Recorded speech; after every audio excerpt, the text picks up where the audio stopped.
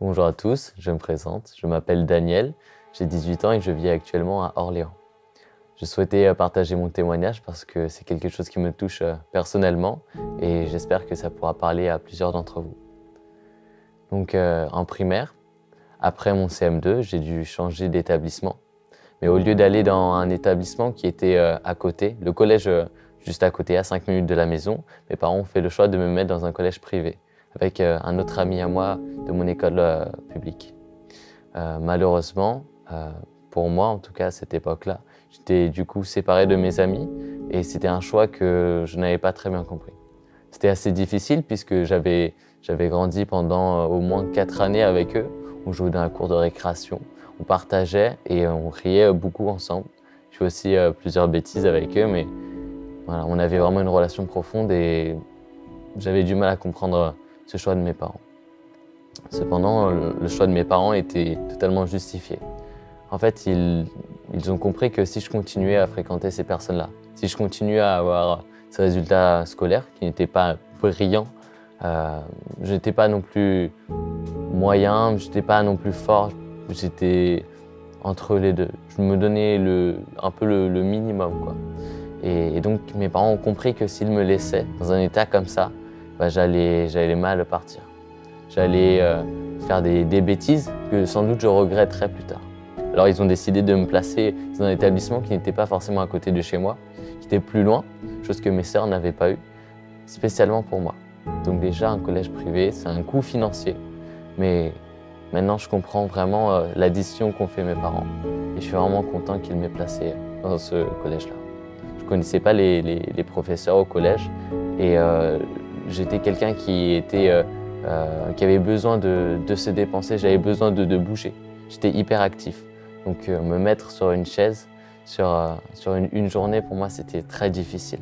Et donc j'avais besoin d'attention et je cherchais par tous les moyens de retenir l'attention de mes professeurs. Et dès le début du collège, dès le début de ma 6e, j'ai commencé à être insolent. Plusieurs fois, j'ai dû aller voir le directeur pour me justifier de mes actes ou bien j'ai dû aller voir la CPE parce que j'étais renvoyé de cours. J'étais quelqu'un qui cherchait perpétuellement la confrontation avec les professeurs. Je ne voulais pas me laisser marcher sur les pieds parce que je ne voyais pas ce qu'ils avaient à m'apporter.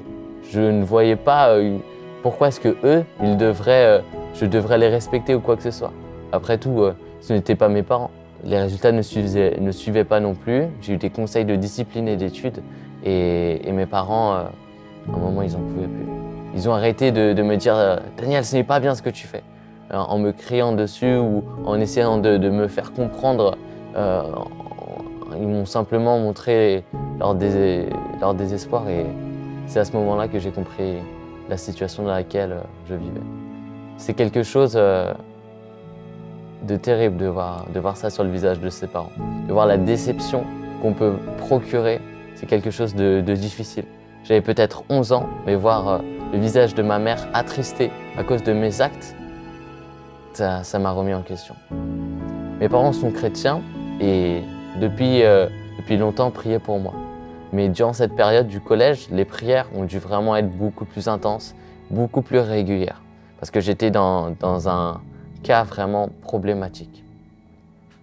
Alors mon année a été mise en question. Est-ce que Daniel passe? Est-ce qu'il ne passe pas?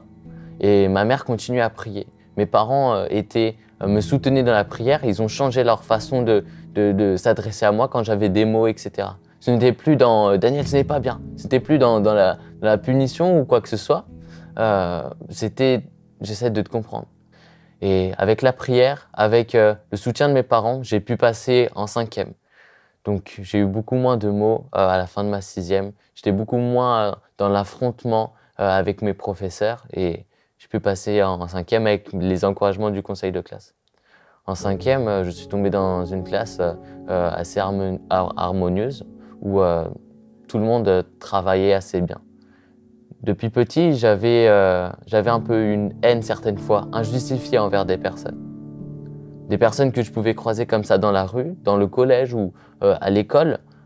Même en primaire, j'ai souvenir de personnes qui n'avaient rien demandé ou je n'aimais pas leur tête, je n'aimais pas leur nom de famille ou quoi que ce soit et j'étais vraiment méchant avec eux. Ce n'est pas une petite méchanceté, une méchanceté d'enfant ou je sais pas, je te tire le vêtement ou quoi que ce soit, c'était vraiment malsain. Je n'exprimais pas forcément de la façon dont je le ressentais, mais je faisais vraiment souffrir les autres. Et en quatrième, après avoir être sorti de ce contexte-là, de ma cinquième, qui était une assez bonne classe, avec des personnes qui m'encourageaient, me tiraient vers le haut, j'ai commencé à dévisager en fait des personnes. Mais ça, c'était aussi depuis ma sixième. C'était des choses qui me restaient un peu. En parallèle de ça, j'étais quand même chrétien. En tout cas, je me disais chrétien. Parce que selon moi, chrétien, ce n'est pas seulement un nom, c'est un style de vie. Donc je malmenais un peu mes camarades. Je les insultais, je les rabaissais.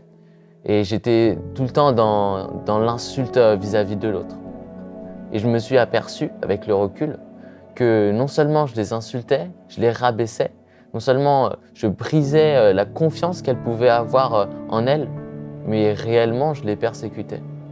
En fait, c'est ce qu'on appelle du harcèlement. Et j'ai ensuite vécu moi-même du harcèlement en troisième. C'était un peu le harceleur harcelé. Et ça a été difficile pour moi, parce que à ce moment-là, où j'ai commencé à vivre du harcèlement, j'avais changé. J'étais dans un groupe d'amis qui, je pensais, était là pour qu'on rigole ensemble, partage, mais il y avait une personne dedans qui m'a harcelé. Au départ, c'était des petites blagues, comme moi j'ai pu faire avant, mais de plus en plus les autres rigolaient, et de plus en plus cette personne appuyait sur les plaies. C'était vraiment difficile de se faire harceler au sein de son groupe d'amis.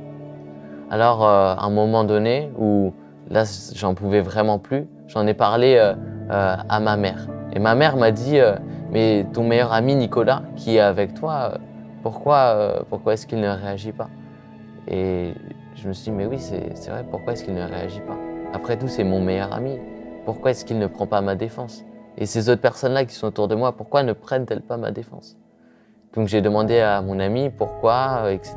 Et je lui ai expliqué que je souffrais. Et il m'a compris et il m'a dit que à partir de maintenant, il s'interposerait. Et c'est ce qu'il a commencé à faire. Mais pourtant, cette personne-là continue dans ses attaques. Et ce n'était pas des petits mots, des charriades. C'était des choses assez violentes. Et pourtant, nous n'étions qu'en troisième. Je ne vais pas bien sûr dire ce qu'elle disait, mais c'était vraiment très vulgaire et très offensant, sans aucune raison. J'ai finalement parlé aussi avec mon père et il m'a dit que je devais aller en parler à la CPE, chose que j'ai faite. Donc la personne a fini par être sanctionnée et j'ai vraiment senti que j'étais délivré d'un lourd fardeau à ce moment-là, d'une répression qui était devenue quotidienne. Suite à ça, je suis passé au lycée. Et au lycée, même si j'étais beaucoup moins dans l'insulte, etc. de l'autre, il y avait tout de même 2-3 personnes que je n'appréciais pas leur présence. Je continuais tout de même à la dénigrer ou dès que je pouvais secouer le couteau dans la plaie, c'est ce que je faisais. Pourtant, juste avant, j'avais été harcelé et j'étais censé comprendre ce qu'elle ressentait. Mais je restais quand même dans de mauvais travers.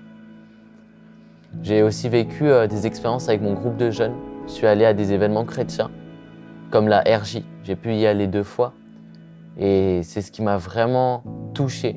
C'est ce qui a vraiment été c'est vraiment ça le point de départ de ma foi, de ma relation avec Dieu. Non plus une relation qui est conduite par mes parents, mais une relation qui est personnelle. Donc suite à ces événements-là, je me suis rendu compte qu'il y avait des choses dans ma vie que je ne pouvais plus garder. Depuis petit aussi, je maltraitais les autres, j'étais violent, j'étais dans la confrontation. Mais après ces événements-là, je ne pouvais pas rester comme ça. J'avais quelqu'un qui m'accordait vraiment de l'importance, avec qui je pouvais parler. Avant, c'était plutôt un monologue. Je disais merci Seigneur, je lui racontais ma journée, je lui disais oh fais que, merci, et c'était tout. Je ne cherchais pas à entendre sa voix. Lors de ces événements-là, j'ai vraiment ressenti une présence, une paix, des choses que je n'avais jamais senties auparavant. J'ai toujours cherché aussi à être avec des filles. J'étais amoureux de telle et telle fille. On peut dire que c'est des amours d'enfance, mais je voulais faire comme les autres. Je cherchais à un peu me fondre dans la masse, pourtant j'insultais quand même. Donc je ne pouvais pas réellement me fondre dans la masse, sachant qu'à côté, j'étais censé être chrétien. Donc ces choses-là, l'amour que je recherchais, etc., les choses que je voulais faire comme les autres, j'ai laissé tomber ça. Parce que j'ai compris qu'il y avait un amour qui ne serait jamais perdu et qui me suivrait toujours. Cet amour, c'est celui de Dieu. À présent, il y avait quelqu'un qui était dans ma vie. Je ne pouvais pas la laisser de côté. Jésus, c'est comme un ami qui est en face de vous. Si vous voulez qu'il vous parle, commencez à lui parler et à attendre qu'il vous réponde. Et c'est ce que j'ai commencé à faire. Je lui parlais.